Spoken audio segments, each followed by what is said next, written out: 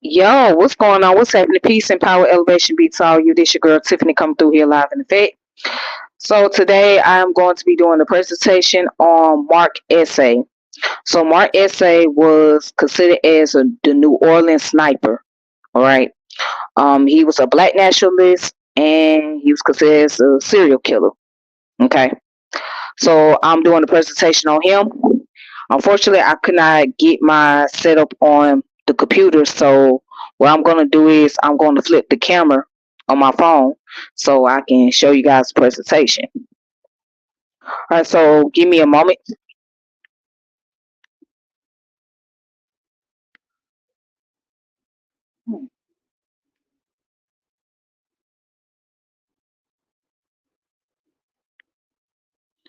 All right, so that's the presentation if y'all can see it.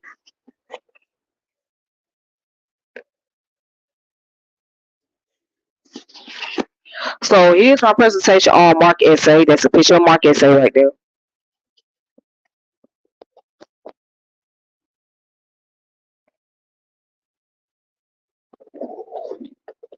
So who was Mark Essay? Mark Essay was an African American who was an American sniper and a black nationalist. He was called the New Orleans sniper. Killed in killed in total of 9 people, which include 5 police officers and wounded 12 other people. There were 2 separate attacks on December 31st of 1972 and January 7th of 1973. He served in the Navy. It was believed that his target were white people and the police due to the racism he experienced while he was in the armed forces.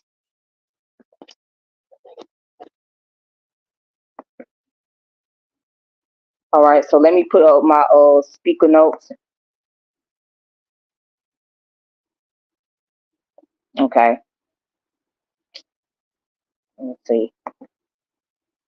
All right, so right here in my speaker note, it says, due to his views, he was considered to be anti-white, anti-police, and black supremacists. There was also a clash between the Baton Rouge sheriff deputies and student blacks. Excuse me, student civil rights demonstrators, which it resulted in 2 young black demonstrators being shot and killed. Okay, so let's go on to the next slide.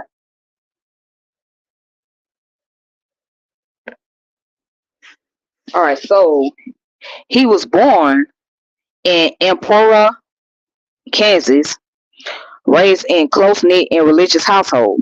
His father, Mark Henry Essay, was a foreman in a meat packing plant, and his mother, Nellie Essay, counseled preschool-age student or children for a program that served disadvantaged children.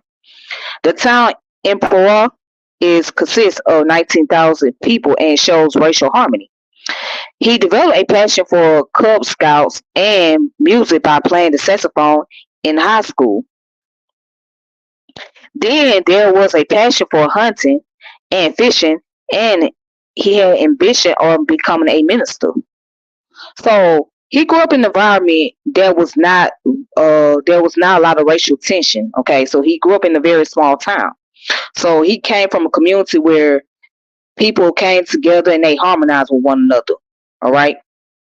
So let me go ahead and go on to the next slide. So he graduated from Emporia High School in 1967. All right, so he enrolled in Emporia State University and dropped out after 1 semester. He enlisted in the United States Army, and after taking his father's advice, who was a World War II veteran, he joined the Navy on January 13, 1969, instead to seek vocational training. Essay was assigned to the Naval Air Station at Imperial Beach, California. He was a dental technician in April of he was a dental technician apprentice actually in April of 1969, specializing in endodontics and periodontics. All right, so that's basically dealing with the structure of the teeth and checking for disease and whatnot. However, he began to experience bigotry and racism from white servicemen and saw their attitudes towards black people. In the town he grew up in, there were less racism and more harmony, but that was not the case in the military. So he had got his wake up call when he was in the military. Cause when he was growing up, he didn't experience racism, but when he got into the armed service, right, the armed forces, that's when he started to actually see what was going on. You know what I'm saying? And his parents didn't basically teach him about the racism that was happening because I guess they felt there was no need to talk about racism.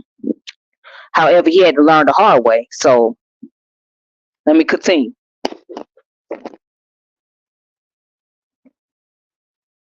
Okay. It says the rise of black nationalism and radicalism.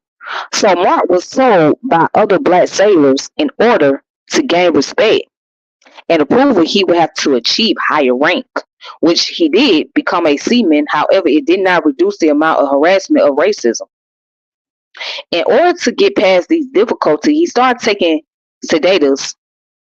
Sedatives are prescriptions, medicines that slow down the brain activity, which make an individual feel more calm and relaxed.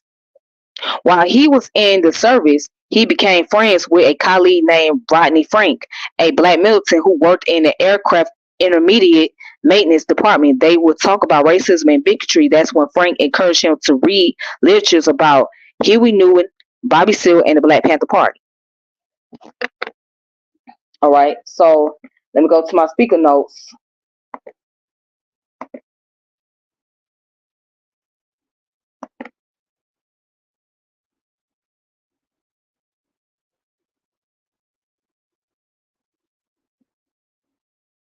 So let's go to the next slide.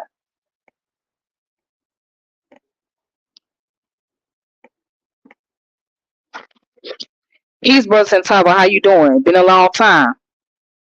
All right, so Mark Essay told his lieutenant that he doesn't want to serve in the armed forces anymore due to racism. However, his lieutenant informed him that he would be charged with desertion. Wait a minute. Yeah, he would be charged with desertion. He agreed to take it.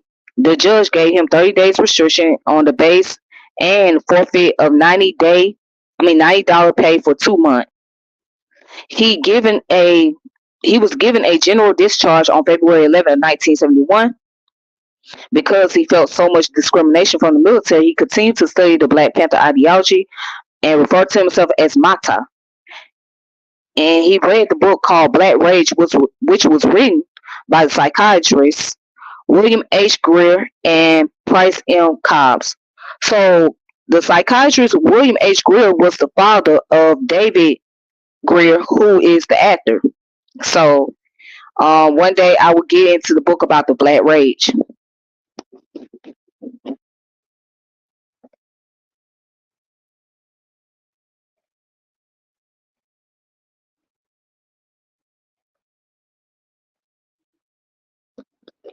All right, so now here is the rise of the New Orleans sniper.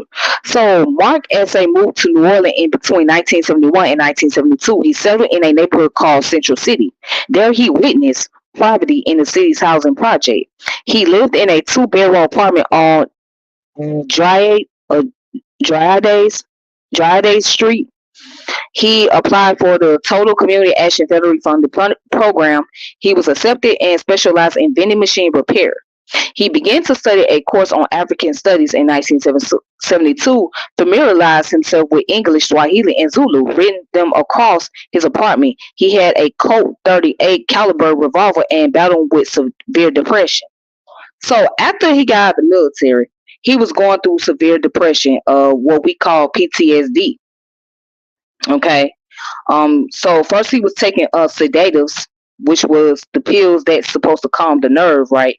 And then it got worse over time because of the fact that he was dealing with racism and nobody ever really informed him that he was going to encounter that, because he was encouraged by his parents to just go into the military, go into the armed forces. Like, he was very excited about that, but he didn't know that it was going to come with a cost. It was going to come with problems.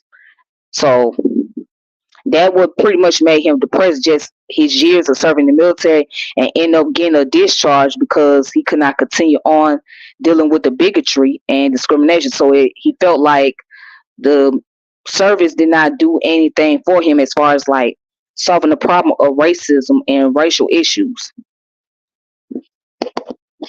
All right. So let me go ahead and go on to the next slide. All right, so as you can see, this was his apartment.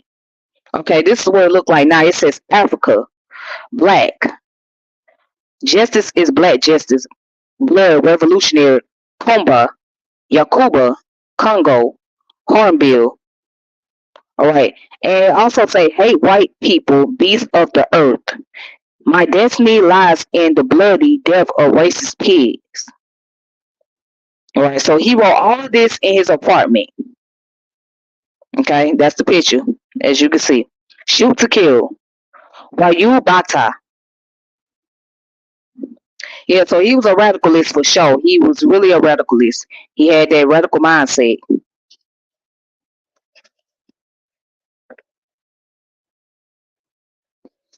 All right, so according to a source from Hot as Hell, which is www.hotasshell.com, is a blog.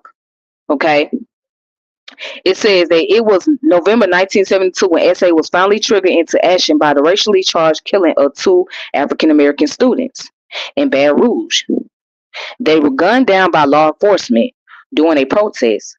SA decided he would even the score by hunting white police officers specifically. His destructive plan has already been partially executed before he hit Host Joe's. SA walked into the downtown NO police department on New Year's Eve and shot two officers, killing them before fleeing the premises. He went into hiding for 1 week, emerging on January the 7th to gun down a grocery store owner he believed had given information to the police before carjacking his way over to the hotel. So the name of the hotel was called Howard Johnson Hotel. All right.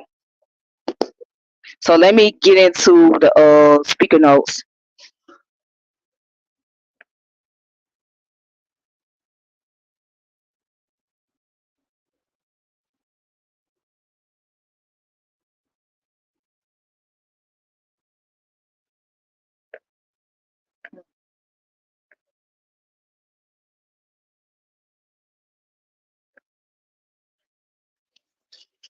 All right. So right here it says, according to what was written in the note that he gave over to a local news channel, he said, Africa greets you on December 31st of 1972. Approximately 11 p.m., the downtown New Orleans Police Department will be attacked. Reason, many, but the death of two innocent brothers will be avenged, and many others. P.S. Tell Pid Gaurusso the felony action squad ain't shit. Mata. All right, so that was the message that he was giving to the police department. He basically told them that, hey, let them know that it's on. It's time to shed blood. You know what I'm saying? Y'all ain't shit for this. Y'all gonna pay the price. That's basically what his attitude was. Y'all gonna pay the price. Y'all ain't shit.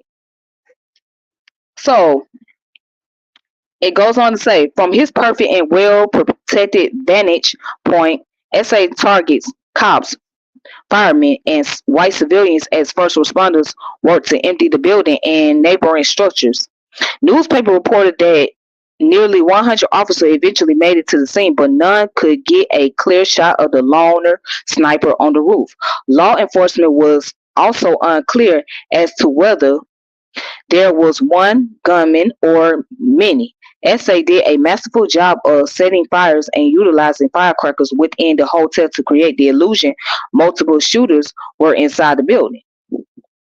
Okay, so it says SA was ultimately shot around 200 times, but not before he killed 9 people and wounded 13 people. And again, it comes from the same article and the same website. Okay.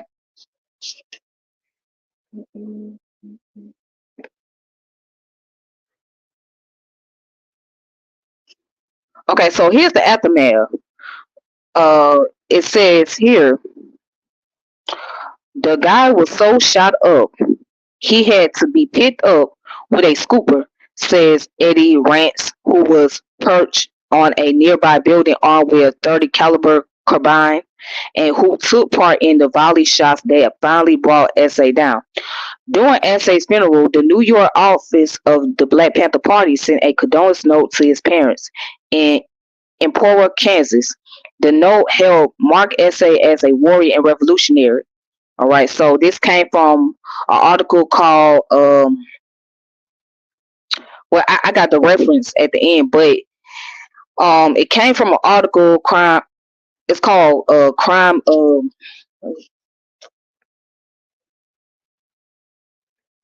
right, so it came from Crime Library. That's the name of the article, crimelibrary.org. So that's where it comes from. All right. As you can see, that's the in citation, the last name of the author, and yeah. So all right. So I couldn't really find the year that the article was published, so I put down the year that I retrieved it. Anyhow, so he died at the age of 23 on January 7th of 1973. Okay, and so here are the references. So again, the website is called www.library.org slash notorious murders mass mark. It's called Mark Essay the Howard Johnson Sniper. All right, criminal library, criminal minds and method. And the other one comes from Wikipedia. Of course, you can find it on Wikipedia, Mark Essay. Then another source comes from www.hottashell.com blog, and it's called Remembering Mark Essay, the New Orleans Sniper. So it was retrieved today on February the 8th of 2024.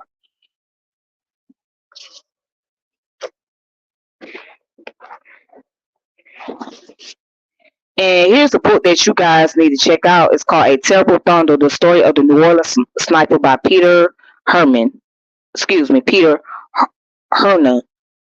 So again, A Terrible Thunder, the story of the New Orleans Sniper by Peter Hernan.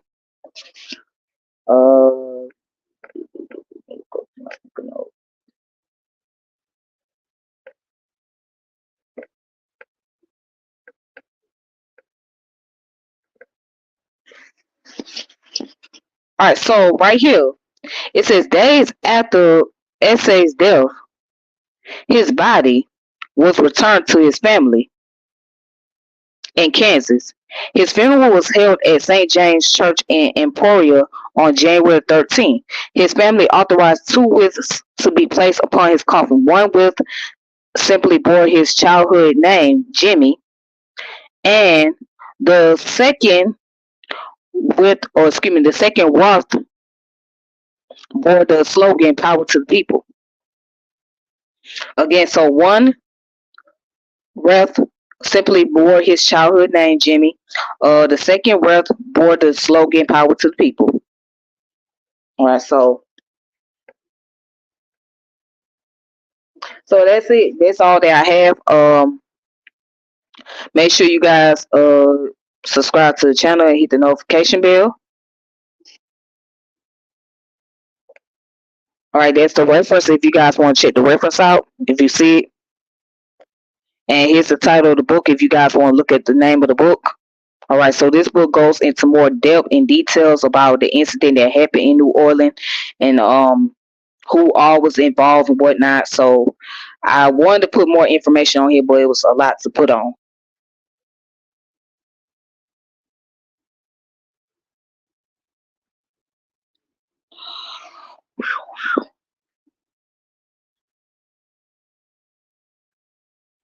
Yeah, I wanted to put more information, but it was a whole lot to put on. So I just put as much as I possibly could. And if you guys want to subscribe to the channel, make sure you subscribe. Make sure you like the channel and check out all the previous videos that I have done. Until then, you guys take it easy. Peace and power elevation be to all of you. This your girl Tiffany, and I'm logging off. And shout out to the chat. Shout out to Brother Santavo. Take it easy. Be safe. And peace.